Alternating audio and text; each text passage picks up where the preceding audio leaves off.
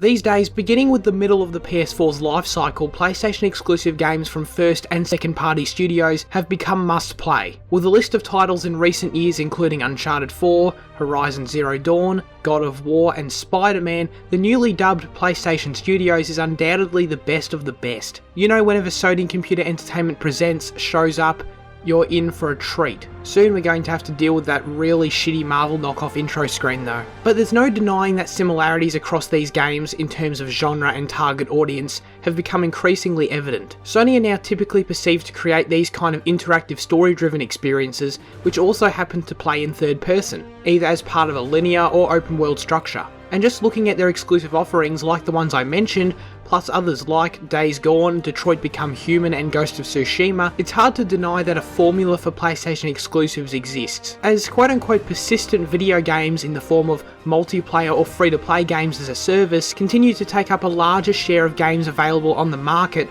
Sony has completely stuck by their guns, unwavering in delivering what they clearly feel they do best, a trend which seems to be continuing for them into the next generation. So why does Sony love the third-person story-driven action games so much? And even though they greatly connect with me and millions of others around the world, should there be an influx of different experiences being created within worldwide studios?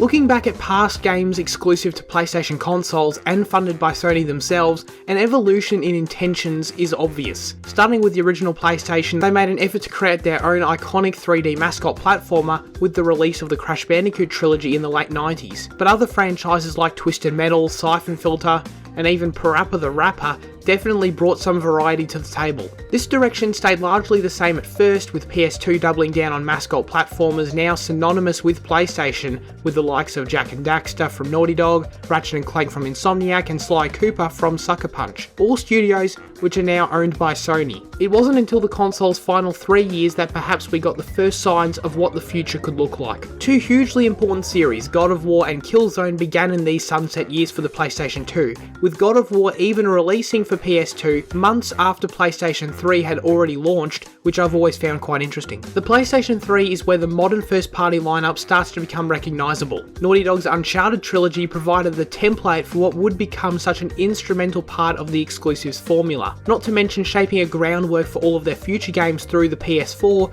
with Uncharted 4 and The Last of Us Parts 1 and 2 as well. Obviously video games had never looked this graphically impressive, characters had never been so fully realised with performances like the ones we associate with Nate, Elena, Sully and others, and action set pieces had never been so thrilling and visceral with player interaction. But there was a transition of sorts into this from what we knew previously on PS2. In that way, the PS3 was almost the meeting of these two worlds. The console still saw a number of new entries in the Sly and Ratchet franchises, Killzone and Resistance also continued to fill in the FPS space, but it became clear that there would indeed be a lot less focus given to a variety of past genres. And even though we did get that very good Ratchet & Clank reboot for PS4 in 2016, it is now the only remaining old-school PlayStation series of its time. Rift Apart is definitely keeping hope alive that Sony still sees value in those titles on PS5. And did you see those fancy ray tracing reflections in that demo? Pretty dope. Nonetheless, the assured shift over time has been drastic.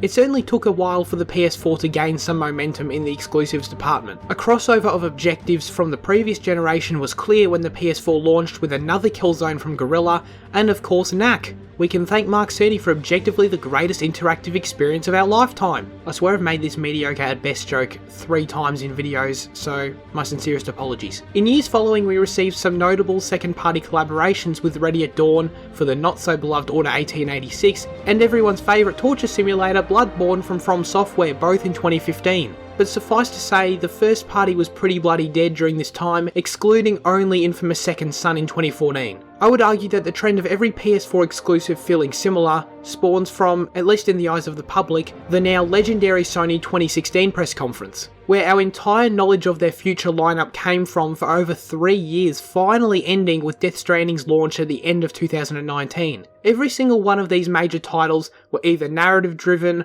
open world, or both. But why? Great question. Well, the success of modern linear games was already evident to Sony in the PS3 era, and Infamous was obviously liked enough to find success as an open world game. At the same time, Sony was certainly paying attention to the increase in other open world games being released from third-party publishers and the success they were finding following in what is now the Ubisoft template. Their reading of the trends has paid off big time. Since the PlayStation 1, the only exclusive franchise to sell over 10 million copies had been Gran Turismo, likely because of its mainstream appeal. Right now, however, Uncharted 4 is the second best-selling PS4 game with its 16 million copies sold, only topped by GTA 5, duh. Spider-Man, being the mammoth IP it is, has sold over 13 million units on PS4, and both God of War and Horizon have sold 10 million each. These sales figures are unprecedented for Sony as a games publisher. If you were still searching for a reason for Sony consistently putting their money behind these types of games,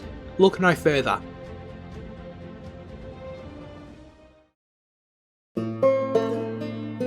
I feel tremendously lucky that this PlayStation exclusives formula appeals to me so much. I just love narrative driven games, I really enjoy open world RPGs, and perhaps most relevant of all, I like my games to end. Online games that can be played for thousands of hours with occasional content updates are beloved by a huge portion of players, but shocker, these just aren't really up my alley. Personally, I need a sense of meaningful progression in the games I play, beyond just my player level stats or weapon skins, and a well-written story or outstanding open world exploration achieves this for me. Spider-Man is a game I love which succeeds on this level, with its rightfully universally praised swinging mechanics. Traversal is a joy in that world. God of War, Uncharted 4 and The Last of Us Part 2 are games that don't need deep RPG systems and enormous environments to maintain my interest. Their rich stories rival the best in TV and film, no doubt. But most importantly, their gameplay kicks ass as well. Horizon is similarly great as an open world experience. For me, it lacks as captivating a story as the others, but it pulled me through by continuously asking questions about the nature of its post-apocalyptic setting I wanted to see answered. This generation, Sony games have appealed to me more than any other publisher. That's why PlayStation Studios games totally deliver, and why I get excited for anything new coming out of there that piques my interest, regardless of it being an established IP or something totally new. And based on their continued financial success, I gather that I'm not alone.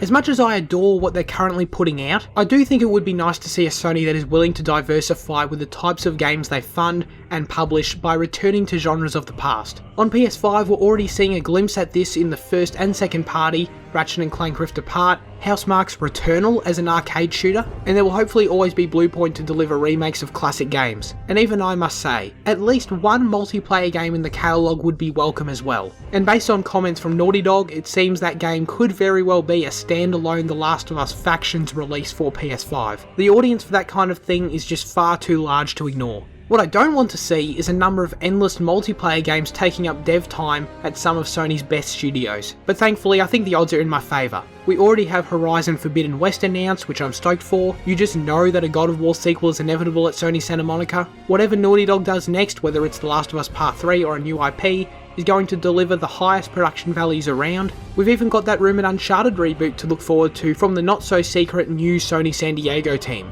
The sales numbers are clear. People will buy quality experiences when they come around. It's obvious that game prices are going up sooner rather than later, and it remains to be seen how this will affect the length of next-gen AAA games. For the time being, I believe this won't alter the direction of PlayStation titles, for all the reasons I've said today, and I certainly hope it doesn't. In time though, the consumer will speak, and the numbers will decide their path.